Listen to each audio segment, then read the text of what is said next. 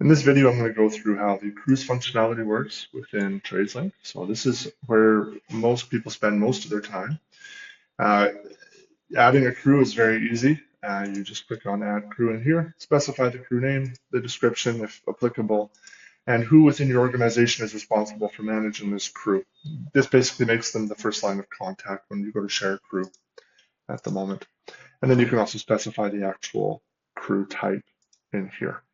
I'm not going to create a crew. I have enough crews in here, but I'll show you what a crew what a crew actually looks like.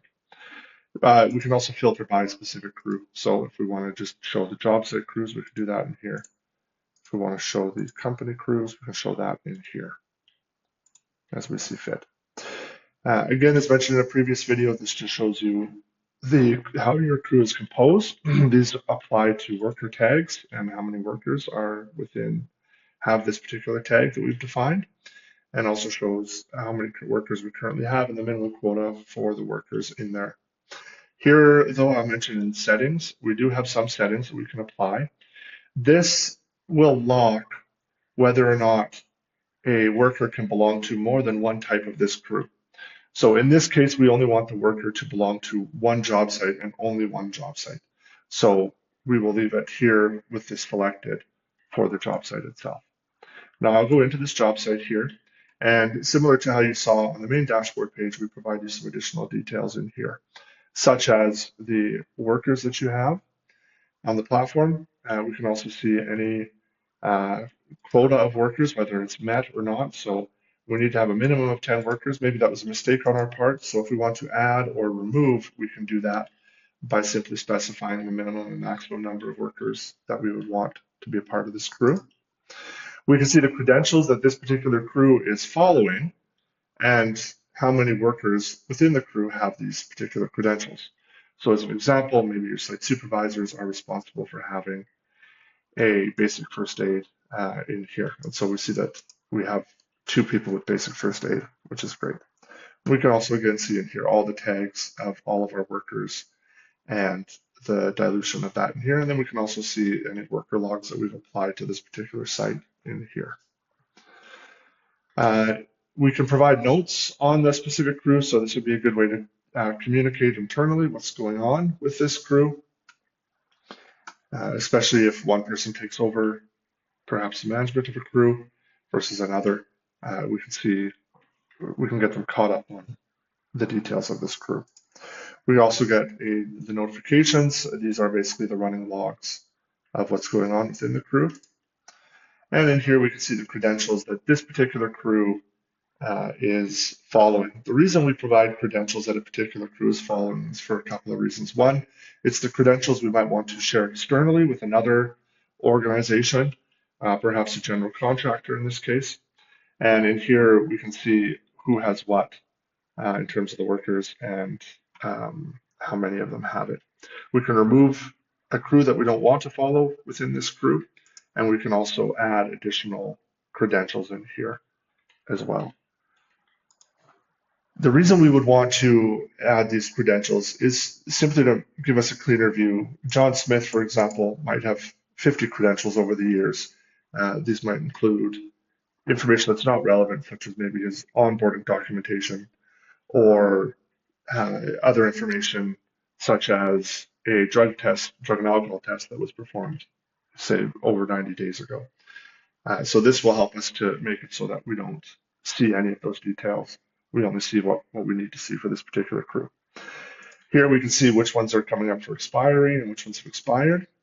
And then in here we can also see who is missing a specific credential in here.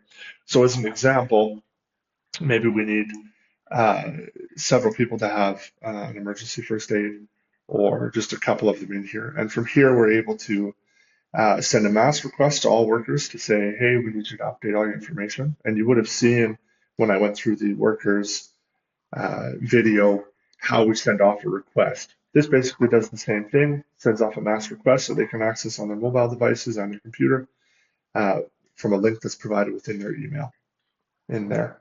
We can, once they've been requested, we see how long ago that it was requested, and we can actually remove a specific request in this case in here. Okay. And if it is request, and then if we want to request it individually, we can request it individually in there. Okay. In this tab, we see the workers that belong to a specific crew. These would be our internal workers, so workers that are actually from our own repository of workers. These are the shared crews, so we do have the ability, if somebody else is using TradesLink Enterprise, to be able to import and see live updates of their crews. This, of course, is permission-based. Somebody actually has to send you a proper link for you to then be able to import that information. And that link is, of course, revocable, as you will see as I go through the share crew functionality in here. We can add workers from our repository of workers, and we can also tag these workers by specific tags in here. The activity, this is the crew time log. So if your worker is not provided your logs, or you need to manually manage those, you can do that in here. This will be for a specific day, but you can change the date that this applies to.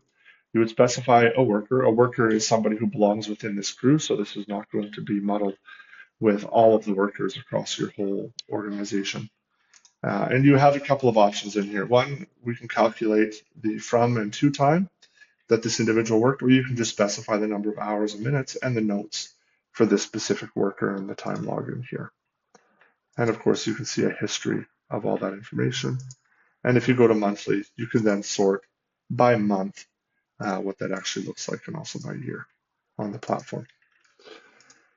The administrator, so a few things to look at here. One, your crew administrator is somebody who is internally, so they would be an individual that belongs to one of the admins.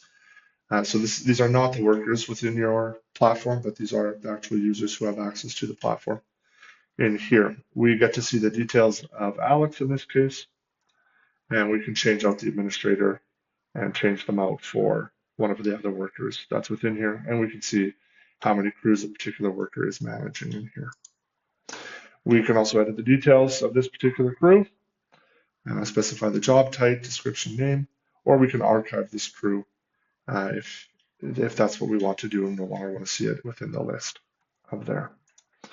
The share crew functionality, this is one big problem we set out to solve, is how do we share these details in a much more efficient way. So many organizations at the moment will have a compiled CSV file to know who has what credentials, and then within their computer they will have the actual credentials that they will then have to put into their own folders and then send off, usually in a zip file, to whoever needs to see this information. This makes it much easier to share these details, and the data is revocable, meaning that file that you sent off, for example, to a general contractor, they have that file forever, which might generate some privacy concerns that we don't want, where we might not want them to know those details forever.